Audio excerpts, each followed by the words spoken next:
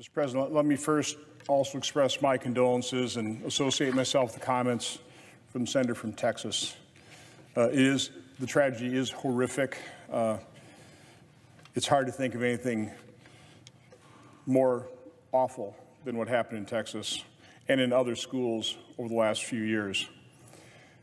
But, Mr. President, I come today to the floor for another reason, in support of using the Congressional Review Act to disapprove of and prevent the implementation of a rule titled Procedures for Credible Fear Screening and Consideration of Asylum, Withholding of Removal, and CAT Protection Claims by Asylum Officers. I'll refer to this rule as the Asylum Rule to make it a little bit simpler. As the title suggests, there's an awful lot to this. But the reason we ought to disapprove of it is actually quite simple. This rule will go into effect the end of this month on May 31st. And on May 31st, what this new rule will do is it'll allow USCIS asylum officers to begin granting asylum without review by an Article III immigration court. Now, it's important to note that Section 240 of the Immigration and Nationality Act, which governs removal proceedings, states, quote, an immigration judge shall conduct proceedings for deciding the inadmissibility or deportability of an alien. Now, an immigration court is an Article III court. It's a separate branch of government from a USCIS officer, which is within the Department of Homeland Security and the executive branch. It's a check and balance on executive action. It's a very necessary check and balance on an executive that is not faithfully executing the laws, as we have today with President Biden and Secretary Mayorkas. On May 1st of this year, news reporter Brett Baer asked Secretary Mayorkas in an interview, is it the objective of the Biden administration to sharply reduce the total number of illegal immigrants coming across the southern border? Now, the obvious answer to Brett Baer's question is that is the goal, to reduce the flow of people coming to this country illegally. That ought to be every administration's goal. That's what a president and administration would do if they were faithfully executing the laws. But listen to Secretary Mayorkas' reply, his answer.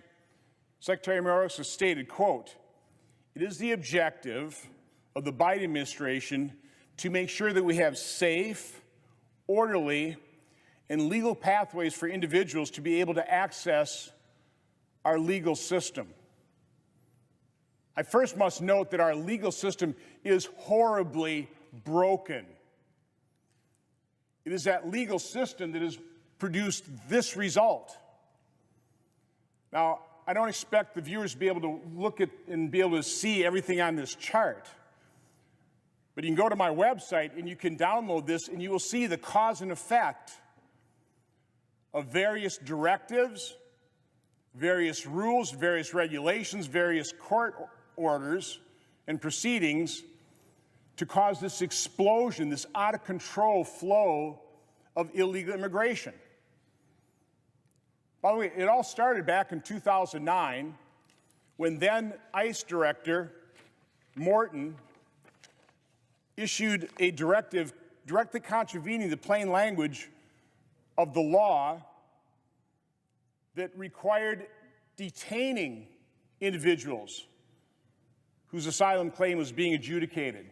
So we stopped detaining them. Then, of course, in June 2012, President Obama, through his DHS secretary, created the DACA Memorandum, which was an open invitation to unaccompanied children to come to this country because they knew that once they got here, they'd be able to stay. Now, if you take a look at the history here, the gold represents single adults coming to this country illegally and being apprehended. This is on a monthly basis. Blue is family units exploiting our very broken asylum system where the credible fear standard gives you a free pass into the country. Red represents unaccompanied children. It's important to note back in 2014 when President Obama declared it a humanitarian crisis, about 2,000 people were being apprehended at the border on a daily basis. 2,000. Now again, because of different policy choices, the word gets out, different court decisions, and people in Central America and throughout the world realize that we are not following our asylum laws. We have a virtually open border. We're engaging in catch and release. So President Trump had to deal with a surge in 2019 that averaged more than 4,000 people per day in a given month. You can see that surge here.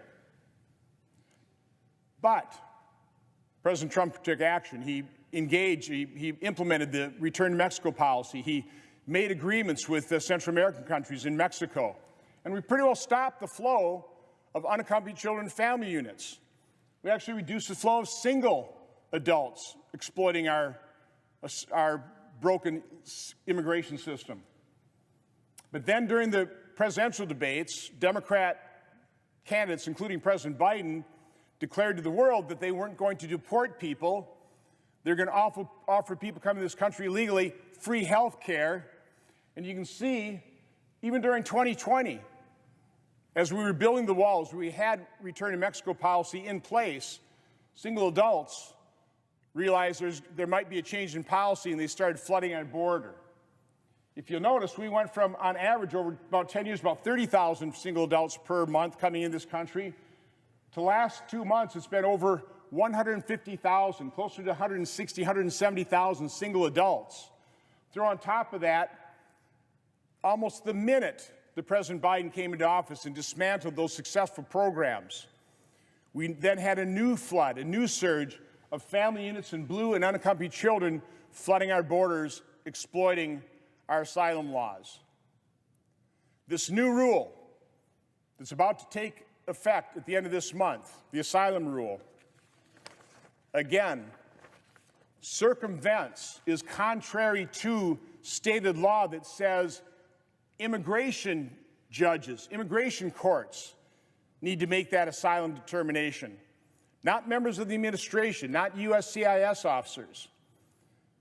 What this rule does is it gives that power to grant asylum, an awesome power that Congress never meant to give to the administration. It gives that power to USCIS officers and only allows a judge to take a look at that if the asylum claim is denied by the USCIS officer. So this isn't going to do anything to reduce the backlog. What this will do is this will increase the flow. This is another signal throughout the world that we have an open border policy. The only restraint right now is Title 42, and this administration is working actively to overturn a court order that said you must keep Title 42 restrictions in place. And if the USCIS officer isn't as generous as we fear they all will be and actually denies asylum, you're right back there in Article 3 courts. So the only purpose of this rule is to increase the flow, to accomplish Secretary Mayorkas' stated goal of making sure that we have a safe, orderly, and legal pathway for individuals to be able to access our legal system. In other words, this administration's policy on the border isn't to secure it, isn't to reduce the flow, it's to make the processing and dispersing of illegal immigrants more efficient, so more will come. Last year, 1.25 million people either encountered and dispersed or came in as known gotaways, came to this country illegally and were dispersed. That's a number that is larger than the population of 8 states. That's how out of control this crisis is, and yet Secretary Mayorkas won't even call it a problem, much less a crisis. So it's obvious how harmful this rule is to our nation, to our national security. An open border is a national security threat. And so I urge my colleagues to join me in using the Congressional Review Act to disapprove of this rule and prevent its implementation. With that, Mr. President, I yield the floor.